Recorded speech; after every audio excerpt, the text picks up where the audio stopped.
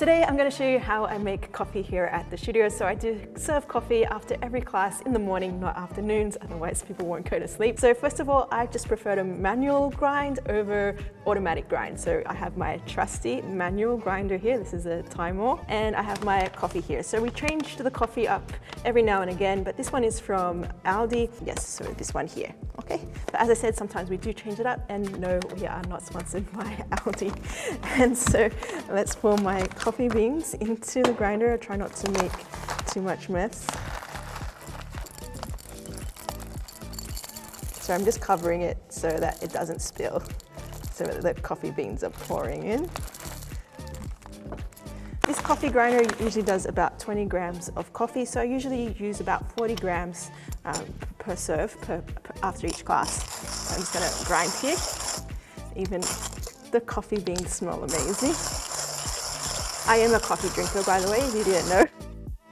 Okay, so now the coffee beans have all grinded into here. And now I'll just show you the weighing scales here. So you have the left-hand side, which is the timer, and the right-hand side, which tells me how many grams of coffee that I've popped into my Hario V60. So this is the Hario V60, comes in two parts, the top and the bottom.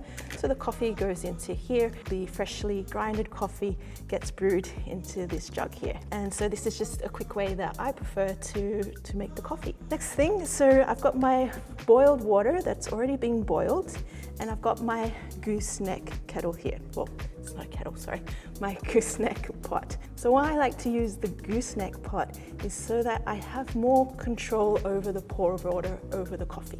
Okay, so now I'm just going to pour my freshly boiled water into the gooseneck pot, and then so I already got my paper filter. This is by Hario as well. I just buy that from Amazon, and I usually buy it in bulk because I use a lot of them. I have coffee every day, and it usually comes into a pack of 100 here. So that's the coffee filters that I use.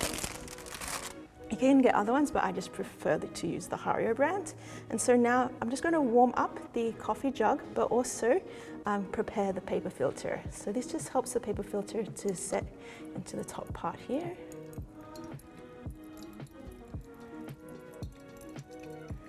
Pouring that through. I've got my little cup here to pour the excess water.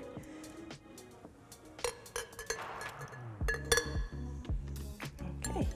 So that's done. Now just make sure that press tar. And then now I'm going to pour in the freshly grinded coffee. It does smell really nice. I feel that if you want to really get a good automatic grinder, you have to spend a lot of money just to have that same consistency. Okay, and then pour this in.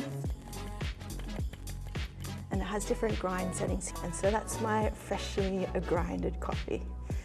I'm going to say it again, it smells amazing. Good. And so everything's set to 0. Now I go off a 1:8 ratio, 1 gram of water to 8 grams of coffee. Okay, so I'm just going to start the clock, so time, and then pour in my water here. So I'm just pouring it nice and slowly all the way around the coffee. And I don't want to pour it too much, I just want to pour like 1/3 of what my grams of coffee is going to be.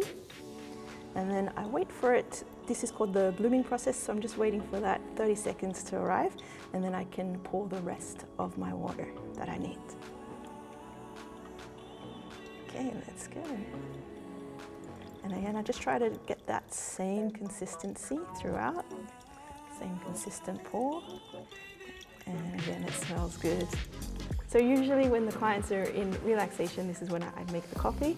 And so after we finish the class, the coffee has already finished brewing and I'm ready to serve. So now that's finished brewing, I'm just going to add a cup underneath here so that doesn't spill everywhere.